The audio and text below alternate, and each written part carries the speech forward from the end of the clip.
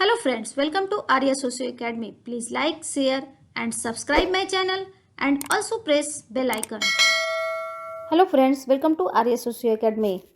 आज का जो ये एमसीक्यूज़ का सीरीज़ है वो संस्था पर आधारित है और एग्जामिनेशन को ध्यान में रखते हुए पीजीटी, जीआईसी इत्यादि जो महत्वपूर्ण एग्जामिनेशन होने वाले हैं उन सब में भी यह टॉपिक बहुत ही इंपॉर्टेंट है। इससे क्वेश्चंस ज़रूर आते हैं और इसलिए ये एमसीक्यूज़ मैं आप लोगों के लिए लाई हूँ कि इसमें बहुत सारी ऐसी क्वेश्चंस हैं या आप लोगों के कॉन्सेप्ट को क्लियर करने के लिए काफ़ी हेल्पफुल होगा। संस्था से संबंधित यह वीडियो है और जिसका लिंक संस्था पर वीडियो बना हुआ है और उसका लिंक डिस्क्रिप्शन बॉक्स में मेंशन है। आप वहां से संस्था के बारे में पूरा वीडियो देख सकते हैं।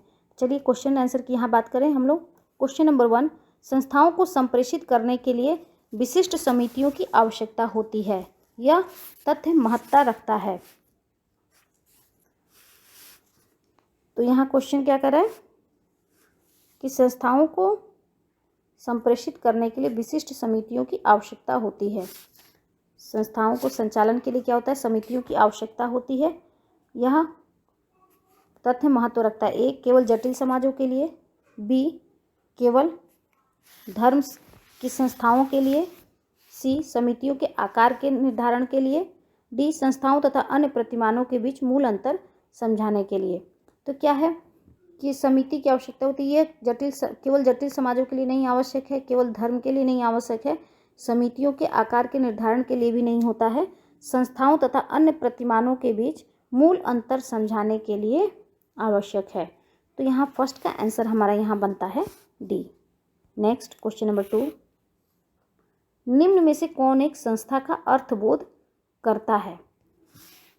किसके से हमें संस्था के बारे में पता चलता है। ए, संबंधों के स्थापित प्रतिमान, संस्था का यह अर्थ नहीं होता है।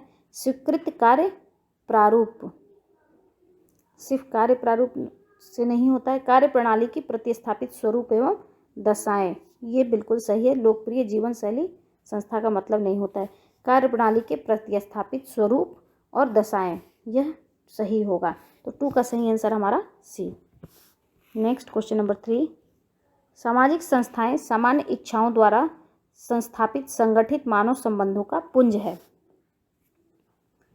यह किसने कहा है। A, Cooley. B, Kingsley Davis. C, Ross. D, Sherif and Sherif. तो अगर यह देखें तो यह कथन रॉस महोदय का है। सामाजिक संस्थाएं सामान्य इच्छाओं द्वारा संस्थापित संगठित मानव संबंधों का पुंज है। तो 3 का सही answer C. Next question number 4, निम्न में से कौन सा कथन सही है। कौन सा कथन सही है। समिति एक साधन है। साधन व साध्य दोनों है। बिल्कुल नहीं, क्योंकि समिति क्या है, एक साधन है जिसके माध्यम से हम उद्देश्यों की पूर्ति करते हैं।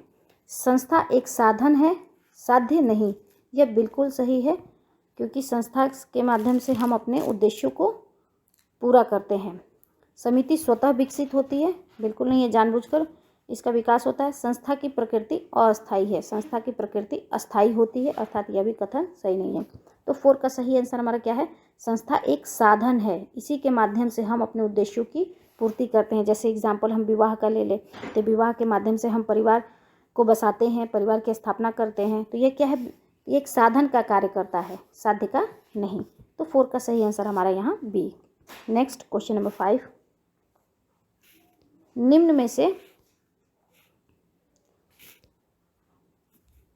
नेक्स्ट क्वेश्चन नंबर 5, निम्न में से कुछ पूर्ण संस्था के उदाहरण हैं। पूर्ण संस्था के उदाहरण यहाँ कौन सा है। परिवार, शिक्षा, जेल, अस्पताल। इसमें सही कोट हमें बताना है। तो सबसे पूर्ण संस्था का एग्जाम्पल जेल और अस्पताल, टोटल इंस्टीट्यूशन की बात गॉफमैन महोदय करते हैं। पूर्ण संस्था की बात गॉफमैन महोदय करते हैं। वो जेल को पूर्ण संस्था मानते हैं, अस्पताल को भी पूर्ण संस्था मानते हैं। तो हमारा 3 और 4 जो होगा वो सही आंसर होगा। तो 5 का आंसर हमारा यहाँ बनता है डी। नेक्स्ट क्वेश्चन नंबर 6, निम्न में से कौन सा क्रम संस्था के विकास को सर्वोत्तम रूप से निरूपित करता है। जिसने भी संस्था के ये वीडियो मेरा देखा होगा, संस्था पे जो टॉपिक पे वीडियो बना हुआ है उसको अगर देखेंगे तो आप इसका तो आसानी से इसका आंसर बता सकते हैं। चलिए मैं यहाँ आप लोगों के लिए बता दूँ, जिन्होंने नहीं देखा वो भी कुछ समझ ले। संस्था का विकास का एक फॉर्मूला होता है IHF-CMI। IHF-CMI। सबसे पहले कोई आइडिया होती है, फिर वो लोगों की हैबिट्स बनती है, फिर फोकवेज होता है। फोकवेज से कस्टम का निर्माण होता है, जब लोग उस चीज़ को बार बार अपनाते हैं तो फोकवेज होता है। फोकवेज क्या है, जब पीढ़ी दर पीढ़ी हस्तांतरित होने लगती है तो वो कस्टम हो जाता है, और उसके साथ समूह कल्याण की जब भावना जुड़ जाती है तो वो मोर्स हो जाता है, और मोर्स से इंस्टीट्यूशन का निर्माण होता है। तो इस तरह से इसका फॉर्मूला क्या हो जाता है, IHF-CMI। तो चलिए देखें, सबसे पहले हमारा क्या आएगा, संस्था तो इंस्टीट्यूशन तो दिया ही हुआ है सबसे लास्ट में, आई से पहले अब मोर्स आता है। अब हम लास्ट से अगर देख लें, आगे तो कन्फ्यूज़न है, लास्ट देखें, सबसे लास्ट में संस्था आती है इंस्टीट्यूशन, तो आई हम लोग का मिल गया। अब हमें मोर्स चाहिए, अर्थात रूढ़ियाँ या आपको लोकाचार। तो लोकाचार यहाँ आ गया आपको सेकंड नंबर में। मोर्स, इंग्लिश इसका मोर्स होता है। तो यहाँ जनरीति, फोकवेज, प्रथा, कस्टम और प्रथा कस्टम, तो ये होगा नहीं, हमें मोर्स चाहिए एम, तो लोकाचार हो गया मोर्स। उसके बाद से पहले हो गया प्रथा, कस्टम, जनरीति, फोकवेज, IMCIF। तो यहाँ हो गया IMCF। तो ये आपका सही आंसर निकल गया 6 का C। याद रखिएगा, IHF-CMI, IHF-CMI, यह सीक्वेंस है। इस तरह से हमारे इंस्टीट्यूशन का विकास हुआ है, इसी पे आप बैठा सकते हैं। तो यहाँ हमारा F से हो गया फोकवेज, C से हो गया कस्टम, M से हो गया मोर्स, I से हो गया इंस्टीट्यूशन। तो हमारा सही आंसर सीक्वेंसली क्या हो गया, 6 का सही answer C। Next question number 7, निम्न में से कौन संस्था का उदाहरण नहीं है। संस्था क्या है, कार्यप्रणाली, नियमों की कार्यप्रणाली की व्यवस्था, A विवाह, B समकक्ष व्यक्तियों का समूह, समूह तो नहीं होगा,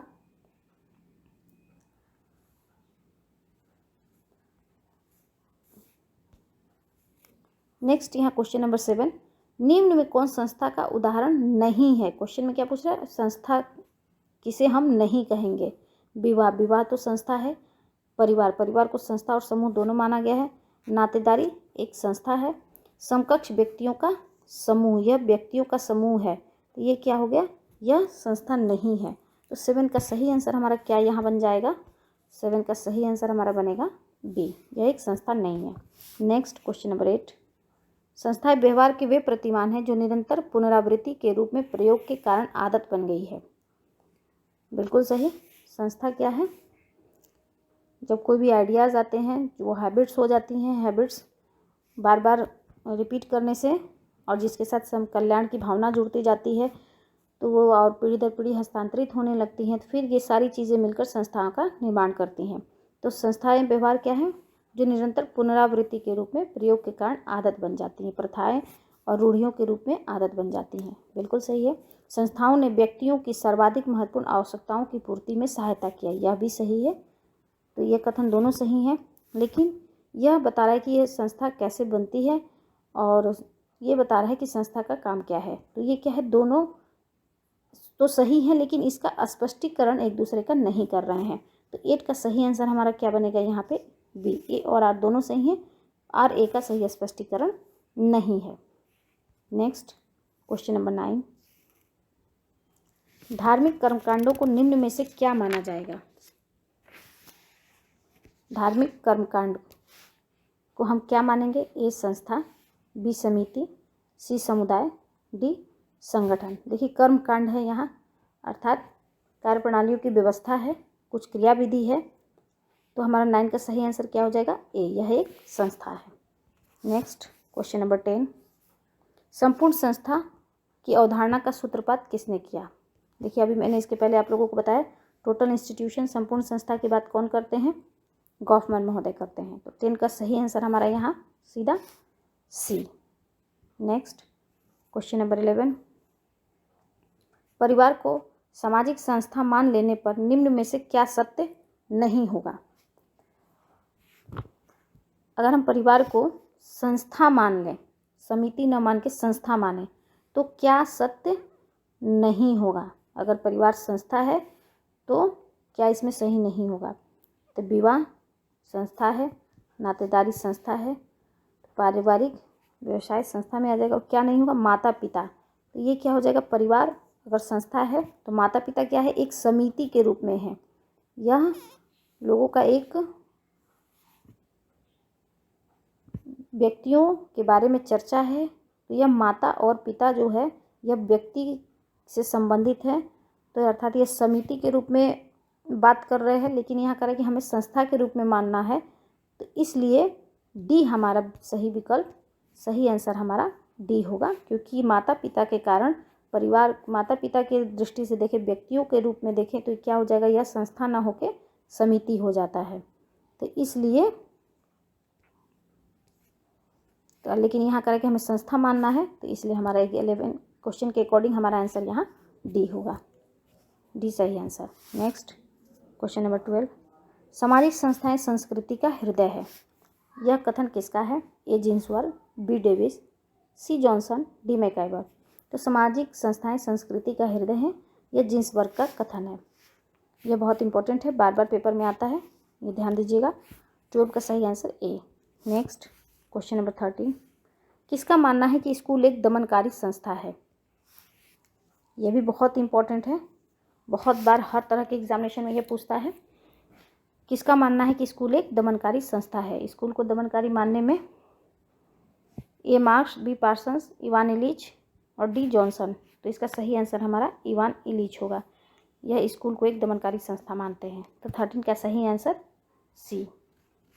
नेक्स्ट क्वेश्चन नंबर 14, एक संस्था के प्रकार को अगोचर एवं गोचर के रूप में वर्गीकृत करने का प्रयास किसने किया? एक संस्था का प्रकार मतलब संस्था का वह कार्य जो पूरी व्यवस्था में सकारात्मक योगदान दे, वही संस्था का प्रकार होता है। और इस प्रकार को अगोचर और गोचर, अर्थात कुछ कार्य ऐसे होते हैं जो दृष्टिगत होते हैं, जो दिखते हैं, और कुछ कार्य ऐसे होते हैं जो नहीं दिखते हैं फिर भी अनुकूलन करते हैं, व्यवस्थापन में सकारात्मक योगदान देते हैं। तो इस चीज़ की किसने इस तरह का वर्गीकरण किया है? ए किंसले डेविस, बी मैकाइवर, सी गिलिन, डी मर्टन। तो गोचर और अगोचर के रूप में संस्था के प्रकार का वर्णन मर्टन महोदय करते हैं। तो 14 का सही आंसर हमारा यहाँ डी बनता है। नेक्स्ट क्वेश्चन नंबर 15, हम संस्था के एक घटक सदस्य नहीं बन सकते। बिल्कुल सही, क्योंकि संस्था किसी संगठन या समिति नहीं है, यह बल्कि कार्यप्रणाली की व्यवस्था है, तो इसलिए हम इसके सदस्य नहीं होते। संस्था कार्य करने की एक व्यवस्थित तरीका है, यह बिल्कुल सही है। अर्थात ए और आर दोनों सही हैं और आर ए का सही स्पष्टीकरण है। तो यहाँ हम लोगों ने 15 का सही आंसर ए देखा। तो इस तरह से हम लोगों ने आज का जो वीडियो देखा वो संस्था पे आधारित था, और इससे संबंधित आप वीडियो देख सकते हैं। इसका पूरा लेक्चर आप देख सकते हैं, जिसका लिंक डिस्क्रिप्शन बॉक्स में है। और जिन्होंने अभी तक मेरे चैनल को सब्सक्राइब नहीं किया है तो प्लीज़ वो सब्सक्राइब करें और बेल आइकन ज़रूर दबाएं। साथ ही साथ लाइक और शेयर करना ना भूलें। थैंक यू, धन्यवाद। Please like, share and subscribe my channel and also press bell icon.